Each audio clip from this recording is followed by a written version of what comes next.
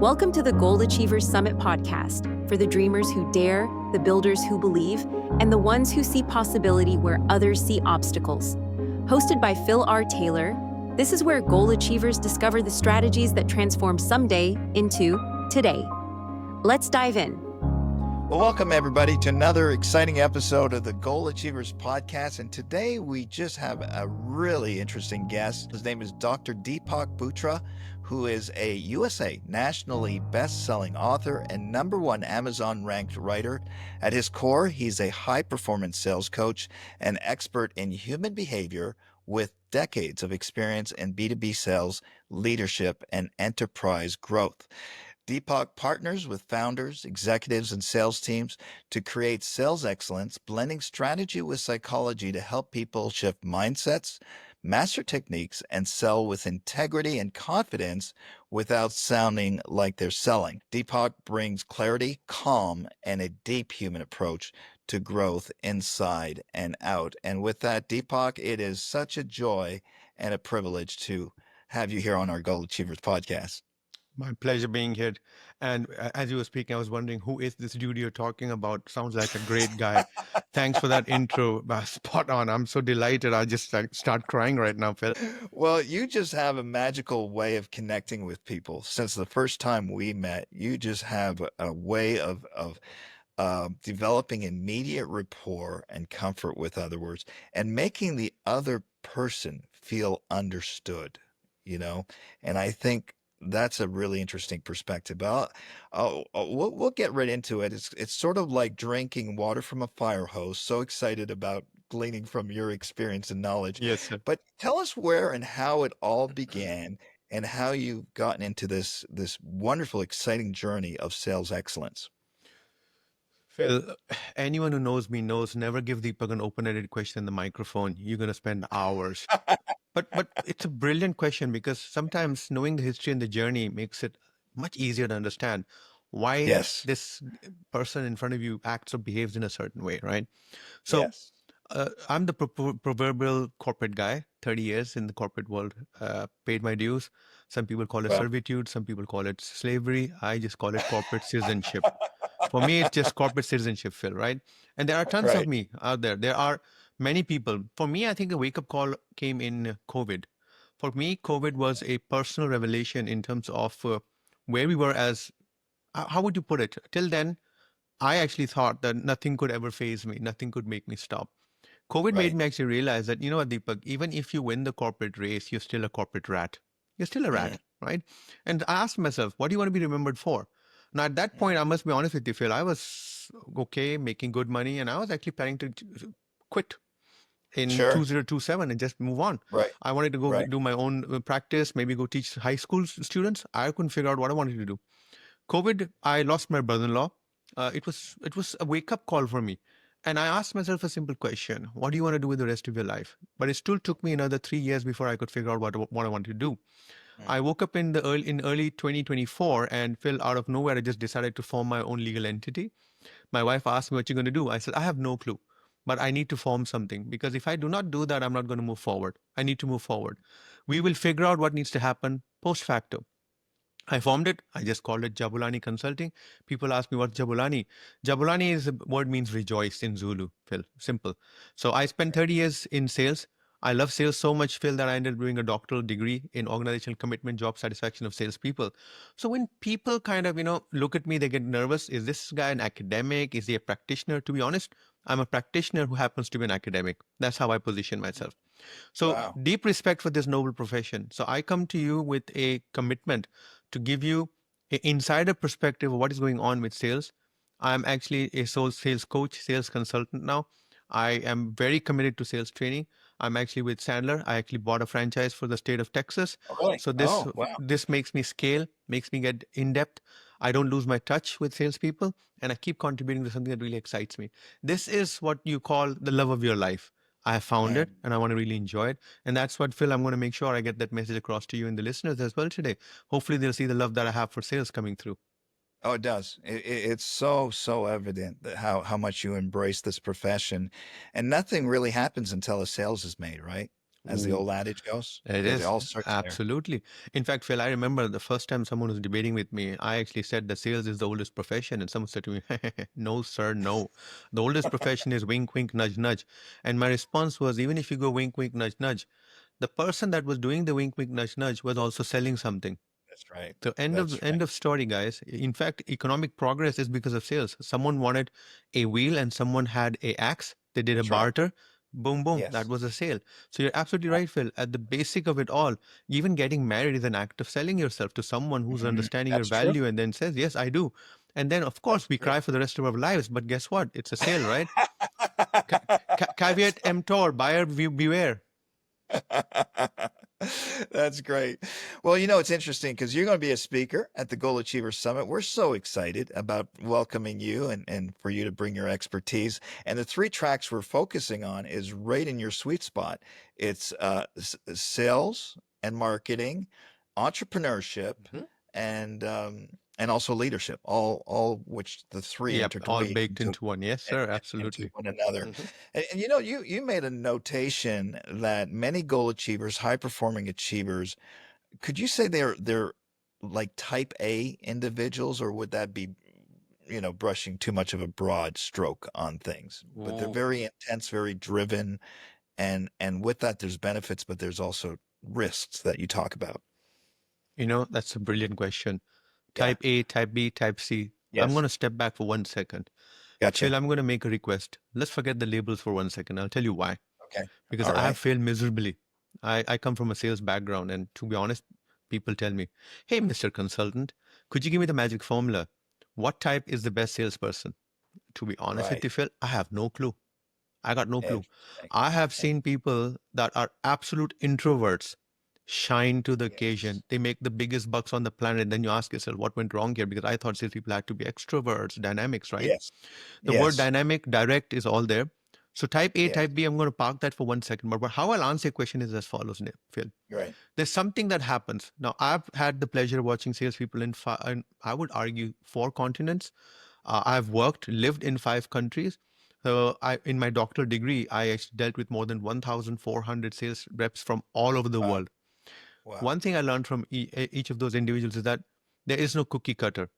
Even though you would argue that culturally everyone's different, they all had a couple of things definitely that was working for them. Number one is they all respect the customer. They listen more than they talk. That was one variable I saw across cultures. Number two, you are there not to sell something, you're there as a trusted advisor. The top reps who anywhere on the planet, irrespective of culture, respect that. And the third thing which I really, really thought was wonderful was that one, we think that salespeople are motivated by money. Yes, they are. They want to be rewarded. So there is a characteristic that says, I'm in this for the money. But guess what? If you actually push them really hard, and they will actually tell you the money is great, but they do have a bias for success. They have a bias to deliver value. And when they deliver that value, they want to be rewarded for it, plain and simple. Mhm. And the way to test that is to just ask them a simple question. If I were to stop paying you, would you carry on doing what you're doing? And most salespeople will tell you, absolutely not. Sales is a relentless, it's a thankless profession, honestly. One quarter, you're the king of the hill. People Yeah. fly around the world. You're President's Club. You come back and you have 2 bad quarters. And I tell you right now, as I talk to you, Phil, I have 6 clients telling me I'm at 93 to 97 or 105%. And my boss is telling me, hey, man, times are tough. 1 or 2 more quarters like this. And hey, Pip, maybe a performance improvement plan for a salesperson. Come on. Are you kidding me? Do you realize Mm, what damage that does to the psyche of that individual? mm, So mm. I'm going to pause. But Phil, three variables do come through across Mhm. any cultures. Salespeople are cut from a different cloth for sure. Do they talk a lot? Not necessarily. Do they, how do you say this, wing it a lot? Not necessarily. Do they have the gift of the gap? Not necessarily. But they do have some, they're very accountable, very focused on the customer, trusted advisors, listen more than they talk. Those are the couple of things that I would definitely call out to you, sir. Yeah. No, that is terrific. Eh, there's also you talk about, and I think in your upcoming book, Boundless Within. Mm-hmm. Tell us what that's about. The really the core message. Absolutely. Yeah. So when I was thinking about Boundless Within, Phil, I must be honest with you. I love writing a lot, right? So I was writing. And someone actually asked me, I see you writing a lot of fiction, but aren't you someone that's been in the business world for so long? What could you do different? And I said, you know what's really interesting is that being in sales, there's something that makes me nervous about these high achievers. These high Mm, achievers, in my opinion, are they they're going to burn themselves out, but they don't know it, Phil. I'm going to give you a statistic that'll just blow your mind, Phil. At any given time, 50%, 50, I would say 57% is what they said, but let's just take 50% for the sake of rounding. right. 50% of salespeople are going to miss their quarterly achievement. 25% are going to miss the quarterly achievement twice in a row. At any given time, out of 100 salespeople, 14 to 20, based on my own work, are actually on either medication or seeing someone externally for support. That is a Wow. massive number. Sure. Every year, by before the age of 35, 40% of salespeople will exit the sales game. They will. And those people leaving are labeled as losers because it's easy to label people, right? They're not Yeah. losers. They're people that actually did not understand that in this rush of working really hard in a Yeah. position which is technically thankless, right? Adrenaline Yes. is awesome. The thrill of the chase. Caffeine is amazing. Diet Coke is brilliant. I think I must have gone through millions of Diet Coke cans as a salesperson. And by the way, I still do it, which my wife hates. The point is that you have got constant anxiety, right? Monday mornings is actually, I would argue, they actually do say that statistically speaking, a human being will have a 30% higher chance of a heart attack on a Thursday, on a Monday morning. For a Yeah. salesperson, I would say it's 2x, it's 100%, 200%, 300%. Those Interesting. reviews, those meetings, right? Because you're living by a day-to-day commitment. I said I would do something and you're always being judged against it. So burnout is a big issue. And so when I was looking at this, I said to myself, hey, Deepak, how can you contribute? So Boundless Within actually came about as a problem statement because I also saw it personally in my own family. We are an extremely driven family. I watched it in the behavior of my sons that hustle culture is supposed to be awesome. It's the right thing to do. Burn yourself at both ends and then claim victory when someone says to you, wow, you're earning more than what your dad earned at your age. Isn't that Yeah. amazing? Yeah, cool. Now, I wrote the book not specifically for salespeople though, because I think it's a bigger problem. Right. Ambition is got a bigger problem. And for me, it's simply when I wrote the book, there were a couple of things that I had in mind. I wanted to talk about unclear boundaries. I wanted to talk about constant self pleasure. I wanted to talk about how disconnected your values are. Everything that you said you would watch other people do, you're doing it yourself, but you keep claiming, one day, Deepak, I promise you, once I hit this number, I will rest. I just need to push a little harder. And guess what? Yeah. 10 days go by, 10 months go by, a decade goes by, and you're still in the grind. So all you've done is you're hitting your goals, but you're losing your joy. You're losing your clarity. Mhm. And Phil, I'll be very careful here. I'm not even going to talk about health because you know what? People say that health is the biggest wealth you have. I'm just going to talk Yes. about brain health or your mental capacity. That for me is the biggest concern. And that's where Boundless Within came from. The answer is still actually within you. That's why the title, Within, Boundless Within. I actually do believe that yes, there is a need to seek help externally. That could also be a good mentor. That could just be a simple coaching experience, right? And as I Hmm. work with people, I actually realize we can intercept this early. Most people who end up for therapy or for medication are actually missing a tremendous opportunity to actually understand what they're getting into. So the book is, think of it as a self-care guide. It simply says, hey, watch out, watch out early, understand yourself, and use that self-awareness to do self-coaching. And if you feel that you can make certain adjustments very early in your career, that's why I wrote this in the language that a 25 to 30-year-old will understand. So it's actually for early career people because my goal is not to go to that 40-year-old guy who's already over the hill, freaking out, but I Yeah. actually want to go to that 25-year-old who's looking at the 40-year-old and saying, I want to be like him. I want to make his money, but I ain't going to wait till I'm 40. I want to do it when I'm 30. So to that Right. guy, I'm saying, may the road rise to meet your feet. I wish that upon you. I'm not Mhm. asking you to slow down. I'm asking you to find balance. I want you to figure out a strategy and a structure where you never lose your values, you never lose your conscience. You do what is right. And I'm not going to give anyone a lecture on family, right? Don't want to tell anyone because some people I actually have clients who tell me, I'm single. I've been divorced twice. I got nothing Mm. to worry about, Deepak. That's why I work the way I work. And my response Mhm. is very simple. Some of the best salespeople I've worked with, Phil, they are single. They've only thought about themselves. But guess what? They do tremendous charity. They Mhm. travel immensely. I know Mm. one guy, he actually disappears for 1 month. He just gets into his 4x4 and goes into the deepest, darkest bush in Africa with a couple of friends. They go fish. Basically, what happens in the bush remains in the bush, but they come back 30 days later. rejuvenated and active. So the point I'm trying to make is that, hey, so this being single, being divorced, what that those are excuses. It's all about Yeah. balance, Phil. Sorry, it's a bit of a long-winded response, but I just couldn't resist. You asked such a brilliant open-ended question.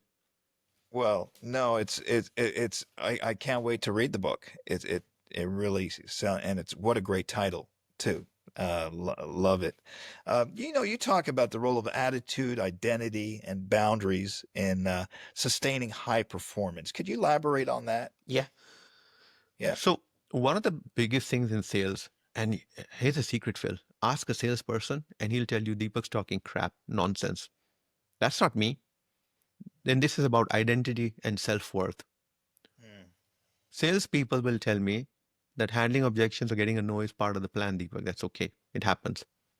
And 100% of them, when they're talking to me one-on-one, actually tell me, I just don't understand. I thought my call went great. Shame on the mm, customer for not seeing how good I am. Oh, wow. mm, And outside in public, they're talking about, yeah, shit happened. So what?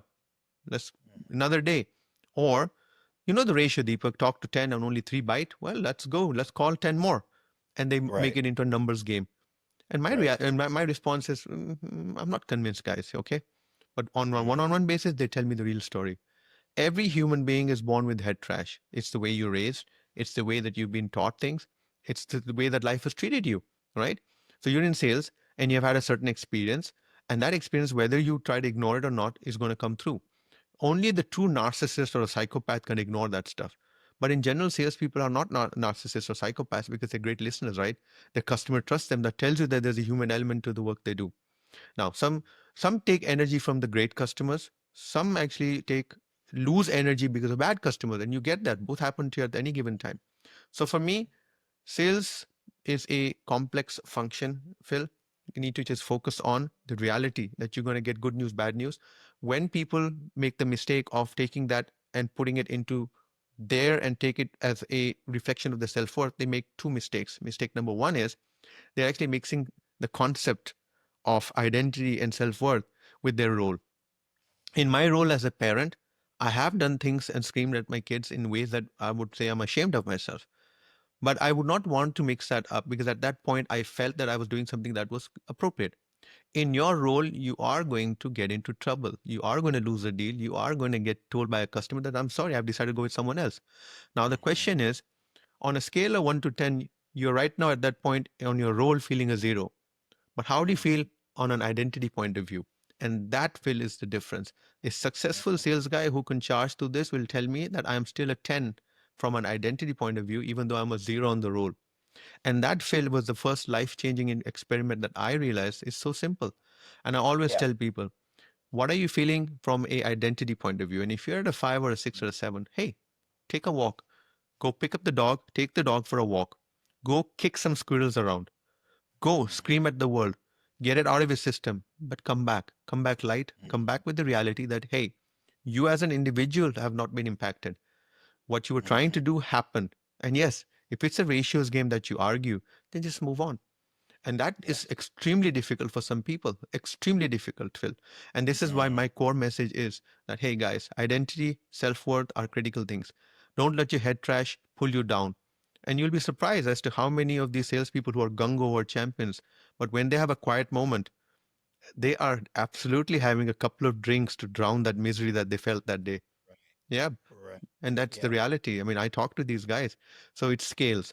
If your role has been impacted and you feeling that it's a 0 out of a 10, cool. Mm, If your identity feels it's a 0 out of 10, you're making a tragic mistake. Let's figure out how to rise you up mentally, get you back to a 10 out of 10. In fact, the right number at any given time for identity is always 10. It's a yes. binary. If the second you say Yeah. it's a 9 or a 8, why is it? As a Yeah. role, let life beat you up in your role. That's no issue with that. No issue with that. Yeah. Yes. Yeah. It's somewhat of a balancing act. I mean, in sales, to some degree, we like to think as professionals, we're in control, and Yes. Yes. when that control doesn't bear the results we want, we feel that That we risk is that is getting such a into life. powerful statement, Phil. And you know Mm, what, Phil, as you said that, I just yeah. realized, and this is a message to sales managers Yeah. listening in right now, Yeah. sales leaders. Yeah. Let's talk about Yes. sales leaders for 1 second. Gotcha. Phil, I could just like take a knife and slit my wrist the more I talk with sales leaders today. 80% of the sales leaders today. Don't. No, I won't. It's in my case anyway. It's a butter knife and it's reversed. So it's more like a little violin on my nerves, on my nerve, but nothing will happen. So I'm not. Okay, I good. and to be honest, Just a no, short check-in. it's That's all. Okay. so now, Phil. Let's just dig in here on the Yeah. sales manager's role in this one, right? Yeah. Sales managers are still coaching like it's the 1990s. In the 1990s, we said so much stuff, which today would be called sexual harassment, would be called, a violation of privacy, would be called as absolutely insulting. We do not use certain words in our vocabulary today, right? But guess what happens with sales leaders today? Still, behind glass doors, they're still talking about what's happening in your pipeline, where is your pipeline, and make that into a reflection of. I have, I'm in the last 1 week, this is the type of horror stories I've heard. If you can't do the job, I will replace you. The question I'm asking is, you hired the person. He passed a certain check and now he's floundering. And your response is, instead of holding yourself accountable, because my response is pretty simple. And I worked for some amazing people in my career, Phil. And the one guy that taught me something which I really blew my mind was, if a sales manager has a lot of churn, but he's also responsible for hiring those people, fire him quickly. Fire him quickly, because he's done two things wrong. One is he's let the churn happen, one, and two, he's just a bad hiring manager. He's hired bad people then, right? What's good for the goose is good for the gander. If you give the guy a marching order, then I'm going to give you, Mr. Sales Leader, the marching order. Sales leaders today are actually, Phil, not understanding the concept of burnout because they don't think it's their place. Or you're earning a shitload of money. You're earning a truckload of money. Why should I worry about your health? That's not fair, is it? I mean, we are all humans. The gem, and then the other thing that sales leaders are doing right now is that they are so focused by this distraction, which I call artificial intelligence or AI, Yeah. that they are just bringing AI into every conversation. But the reality is that technology and all these things are not going to help you if your fundamentals are broken. You cannot do your sales system or your scalability if you haven't fixed that yet. So my request to sales leaders listening in right now is to understand that burnout and these things are, in the old days, we used to say that, if Phil, please don't bring your nonsense to work. Whatever happens at home remains at home. Wait a minute. That's not true. That's not how life works. If I tell you, Phil, hey, Phil, don't think of a pink elephant. What's going to happen to you? You're going to think of a Think pink. about that pink elephant. Boom. And in fact, knowing you, Phil, you're most likely thinking about pink elephants, pink cheetahs, pink panther, everything, right? That's just the human brain. In fact, the smarter we are, the more we're going to actually go all over the place.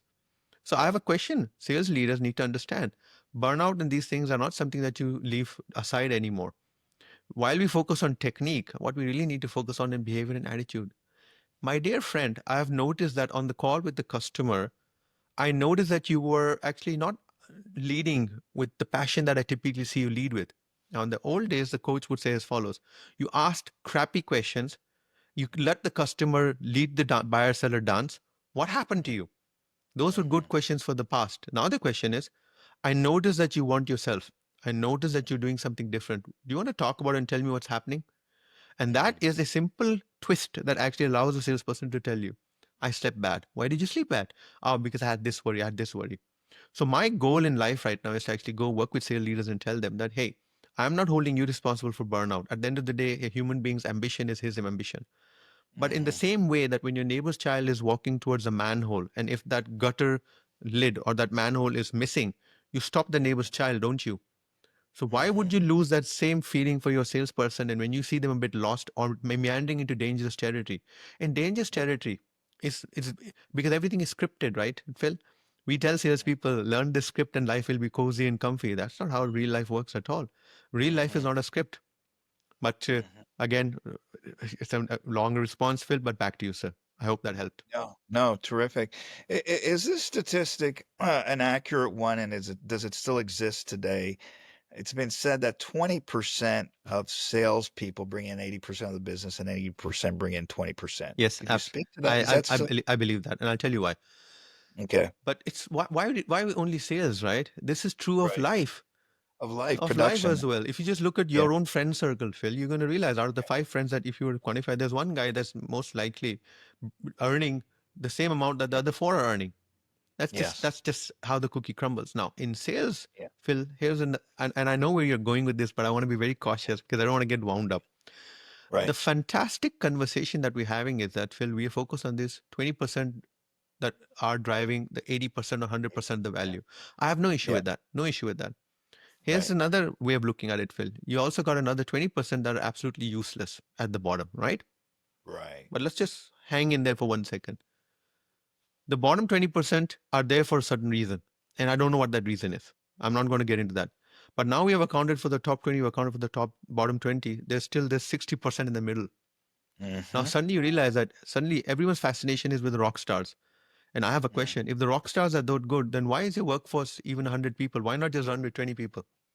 Right. And let me predict something to you. If I have Yeah. 100 people and I have 20 rock stars, and even if I fire the 80, within 1 year, you will have a very unique scenario. You'll only have 4 rock stars and the other 16 are now back to shit again. So Mm-hmm. just move, ask yourself a question now. Whoa, whoa, whoa, whoa. That's an interesting comment to make, Deepak. And Yeah. I have no statistics on that, but I'm telling you, the Right. reality is that your system and the way that you're running the system is which is defining success for those people. Sometimes Right. people get luck of the draw. You get a great territory. And if you look at the numbers also, the top 20% of the sales guys are actually making it most likely from 1 or 2 deals out of 10 that are Mm-hmm. outliers. They were the whales. And when you get a whale, you of course are going to be in the top 5 or 10% by default. So here's what I tell people. Don't look at absolute numbers. That's crazy. Go look at what the data is underneath telling you. If the top 20% are making their fortune from just that one outlier, then you got to ask yourself a question. So this is why I tell the guys, when you do these calculations, remove outliers. Remove the Mm-hmm. crappiest deal, remove the highest deal. Look at that. Now ask yourself a quick question. Did your mix change? Suddenly you realize that the 40% are delivering 100% the revenue. Not 20 anymore, isn't it?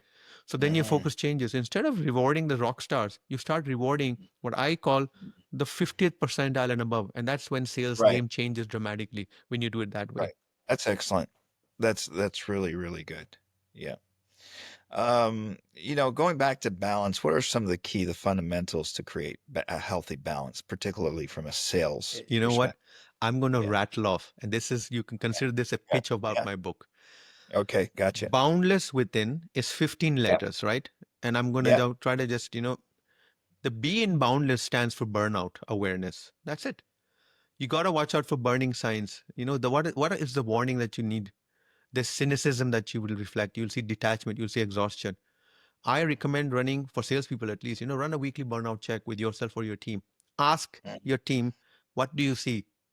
Am I losing my balance? Ask. You'll be surprised. People want to tell you, but they don't tell you because they're afraid of what you would feel. Or they want to, it's not my business. Then you got the next level, which is the O, right? Now, Phil, Mm-hmm. with the O, you get lots of fun going on with the O. The O, in my opinion, is very simple. It's actually overcoming self doubt. This is Mm-hmm. where we talk about identity versus self. You need to build internal proof. Track your preparation intent, not just the wins. It's extremely critical. Now we move from that to you, because I'm going to give out the full boundless within. So you're on you. Yeah. You No, is you about got it. unraveling your emotions. Emotional intelligence is what makes you a sales superstar. Reading a That's right. customer, normalizing the relationship with the customer, seeing his body Yeah. language, where is he going? When you do ice hockey, you have the Yep. puck that's rolling. You see those Yep. guys running in front, or you sometimes, those weird games where the guy's got a mop or some squeegee in his hand and he's like cleaning the path in front. Right. That's what this is, reducing coefficient of drag. Now we go from U to N. N is simple, navigating a toxic workplace. Whether you like it or not, many salespeople are actually suffering at the toxic workplace. They Mm-hmm. are mistaking intensity of work for toxicity. They need to understand. Don't do that. Toxicity is toxicity. Intensity of work, just because I'm in sales, therefore I need to take this nonsense, is not right. Mm-hmm. Speak up, recalibrate your own opportunity. And if the cost of staying is your sanity, walk away. In fact, the book talks about push pull as a framework. What pushes Mm-hmm. you out and what pulls you in is the framework that one should use. I move on to D now. D is simple, developing resilience. Resilience is not endurance. Just because you've been in sales for 10 years doesn't mean you're resilient. My gosh, many people confuse that. People tell me, Deepak, you are so wrong. I've been in sales for 20 years. I'm resilient. And I'm like, sir, I have a relative. He went for a walk. He's been walking for 40 years. But guess what? He walked right into the path of a car and he died. You can be walking for 40 years, but you can still make mistakes. You can still have a tragic outcome. So Mm-hmm. that's absolute something to watch out for. Mm-hmm. We then got to the D. We now get to the L, longevity in career. Focus on longevity. Create a 5-year plan. Ask yourself, what kind of a seller do I want to be? And what must I stop doing right now? Your Yeah. 5-year plan will become a 10-year plan, will become a 15-year plan. Yes. Next thing that I'm going to get into is E for energy management. You need to Mm-hmm. map your energy, not the time that you spend. What energy are you consuming? It's very simple. I ask salespeople, when did you have a meal? You'll be surprised, Phil. These guys are eating at the wrong time and they're eating absolute nonsense. Yeah. I just went to a play on Broadway and I was speaking to the acting community there. And you know what they told me? They are so focused on their meals because they are on sometimes doing practice and engagements and they're like back to back shows. They are very profoundly focused on maintaining those energy levels because the biggest problem they have is when that energy level goes down and when that sugar level goes down. And I'm asking myself, why are we not learning from that? Now we got Excellent to point. the S, self compassion. Yeah. Show some grace to yourself. Don't beat yourself up. Mm. Then the next S, we got boundless. We now SS coming to setting boundaries. Here's the fun part. Salespeople tell me that they know how to set boundaries, but I watch them, they don't. You know what they do? They actually think that setting boundaries means finishing my CRM in 40 minutes. And no, that's not what I'm talking about. We're talking Mm-hmm. about protect your thinking time. Sometimes just build in time that says, you know what, I'm not going to do anything. I'm going to think about what I want to do next. Say Mm-hmm. no to urgent but unimportant asks. Simple. Oh my gosh, it's amazing. Please, Mm-hmm. please, please do that. You know, the Eisenhower matrix, something very simple, but salespeople fail at it. Now let's move to within. We're nearly at the end here, Phil. W is nothing more than well being elevated. Always understand that you need to celebrate what you do. Take time off, Mm-hmm. personal milestones, hobbies. And if you're a sales leader, model that behavior. Because when you are focused on your well being, salespeople are going to realize that you are doing better because of that. There, Mm-hmm. then the I is very simple. You have an identity beyond work. Who am I Yeah. when I'm not selling? Simple question. And I'm not a big fan of journaling. But Yeah. if people doubt themselves and want to understand, and if you like journaling, then this is a great opportunity. Talk about your identity a bit.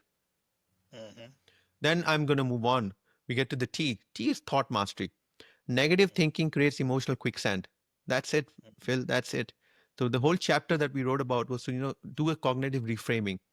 What's the Mm-hmm. opportunity inside this setback for me to learn? What did I learn from this negative situation? Switch the Mm-hmm. gear. It's about Yes. learning now. It's not about pass or fail anymore.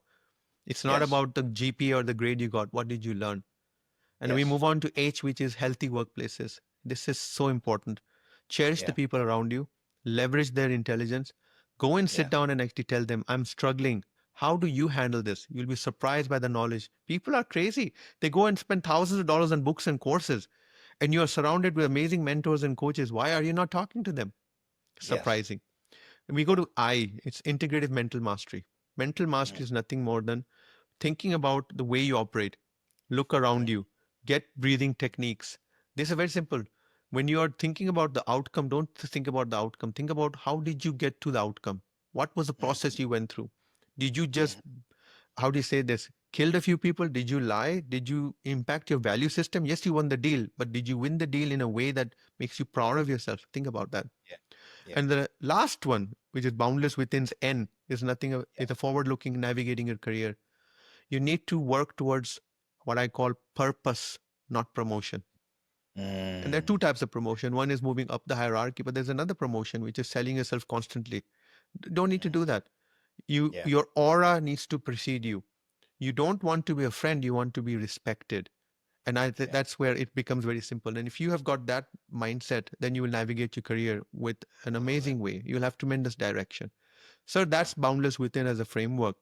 And Phil, my goal and objective would be to actually take that, build it out so that when we meet in December at Orlando, I get an opportunity to potentially talk about the book, how I've applied it in my world, give it a Yes. very contextual understanding, and give insights which are not necessarily something that's required by reading the book, but more about just listening to a story. I'm really looking forward to that engagement.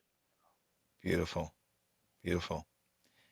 I'm afraid to add to any of that because I was so beautifully presented, you know, and what a great note to close off on, and just give people a little taste of what to expect as we anticipate this incredible event, the Goal Achievers Summit in Orlando on December 29th and 30th.